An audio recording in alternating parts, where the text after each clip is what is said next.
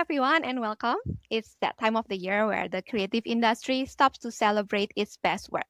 But behind every award sits a simple question: does great creative actually work? My name is Joe, and here I'm joined by Sabrina Talma, founder and CEO of Human Made Machine. And this week, we've been looking at hot tip ads for Cannes Awards, and we're going to talk a bit more about that. Now, Sabrina, we see some ads keep popping up. When you see an ad that everyone is talking about, what's the first thing that you notice that most people don't, or what's the first thing that you think about, basically? Well, I think I'm very mindful of the fact that what we think as marketers is quite different often to what the actual audience will think from all the assessments that we do at Human Made Machine.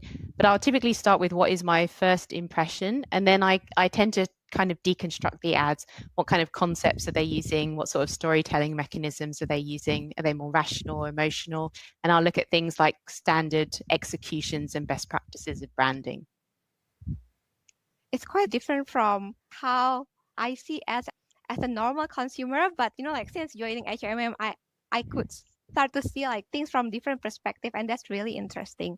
So one thing that we're always interested in, like you said, is this gap between marketers and their audience. So we've been comparing the ads to what real people think and how effective we predict them to be. So one ad that today we wanted to deep dive into was the Apple Critters. I should say that this is one of my favorite ads, but I'm actually pretty sad to see like how the result turned out to be. So shall we watch a bit of it? Sure, let's watch a little bit of Apple Critters.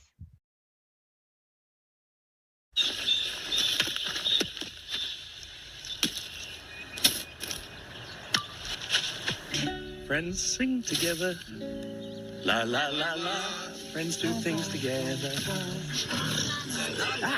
Friends walk together, la la la la. Hop and walk together, hand in hand together, la la la la. Everyone together, friends. All right, so that goes for 2 minutes. So you said you really love this ad, is that right, Jay?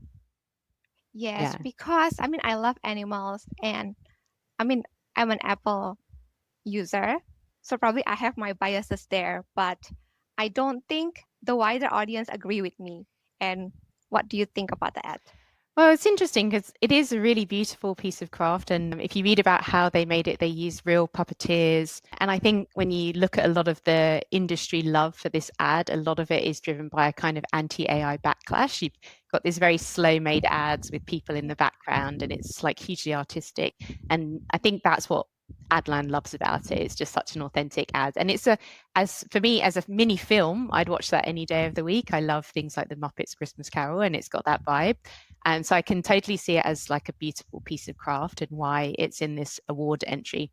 And then if you were to look at it in the kind of cold hard analysis of what we look at in terms of ad performance sometimes, if we start with the branding, there's actually loads of classic implementation of branding here. So they don't shy away for the sake of being artistic, of saying that this is an Apple ad. So it uses the voiceover several times. One very kind of specific mechanism that often hardware uses to show the back of the phone, because the front of the phone looks the same regardless of the brand. And then they still use things like an end card if you watch the ad into completion as well. But I'd say on the flip side, one thing that Apple has been really strong at consistently in the past is that they have a very high level of focus on the fact that they have really beautiful, solid hardware. And I'm not sure it really focuses on that, which is probably some of the most consistent messaging association that you see from any of the smartphone brands. And then on the other side, if you look at the actual concept, they're clearly going for a very high emotion, positive brand association. And I think one thing that you get, and which is challenging with these types of ads, similar to ads with celebrities in or people who are really engaging, the animals there, they're so cute. They start to kind of overshadow the message a little bit as well. And you're more interested in the mini film than specifically in Apple and the craft as well. I think one way to overcome that, which other brands do quite well, is they end up with a mascot. So maybe if that raccoon in time became the Apple mascot, that would be an interesting way to kind of take the strength that the concept has in being really kind of impactful and breaking through to people, but having a bit more of a closer brand association to Apple. I think it's always useful to produce ads that can work in different formats and sizes. It does help the ad travel further, because in practice we tend to buy 6-second, 15-second, 30-second slots as well. And when you're running 2 minutes, you're often limited to skippable inventory, which is much harder to make it work. And especially with this type of story, it won't fly that way. So I think it's definitely made more as a piece of art than as a piece of advertising that's designed to kind of travel across your media plan. Right, especially because currently, based on our results here, we don't see it as actually driving consideration, which is quite sad for me, because my initial reaction is actually I would definitely consider, but again, that's my bias. Yeah. And I think specifically one of the things that we look at in that measure is we're looking for kind of growth and lift in a growth audience. And that's the way we measure it, human made machine. So for someone who already has a strong Apple affinity, then I can see how that works. But convincing someone who's on Android to switch over to Apple, there's less of a message about differentiation or anything specifically to drive that within the ad as it stands. Okay, so apart from the Apple critter, we also tested the other ads like the horn in Germany.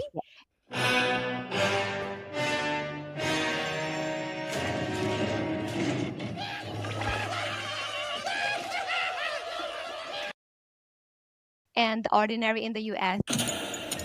Again.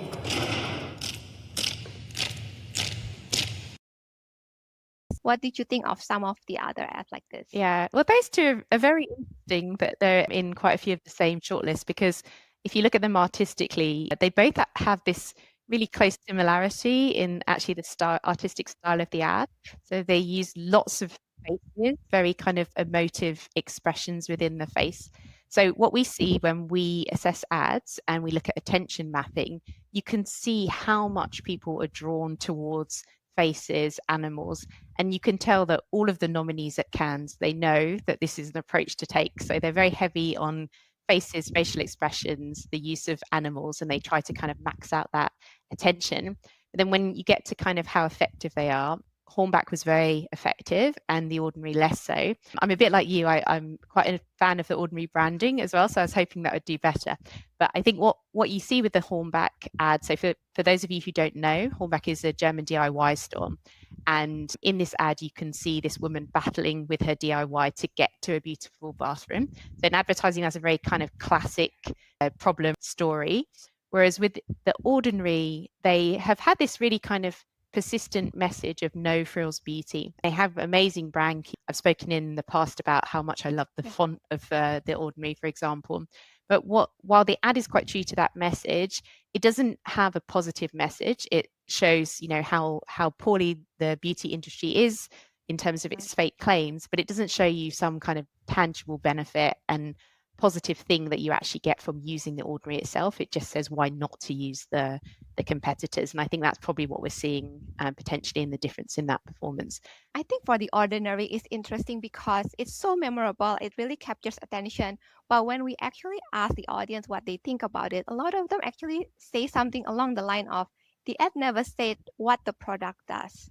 Yeah. So at the end of the day, it didn't really drive a lift in the consideration.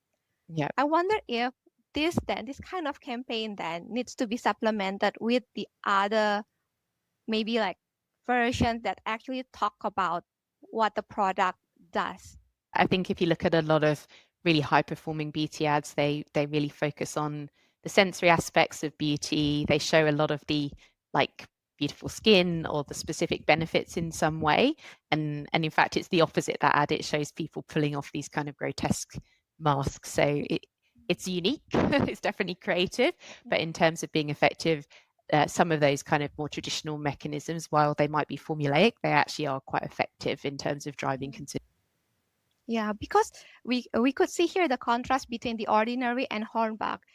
They are both like quite long in terms of duration, but for Hornbach, we predicted it to drive consideration here. So maybe like the way to like what you're emphasizing in the ad, whether it's the problem or immediately you go to the solution, it makes a difference.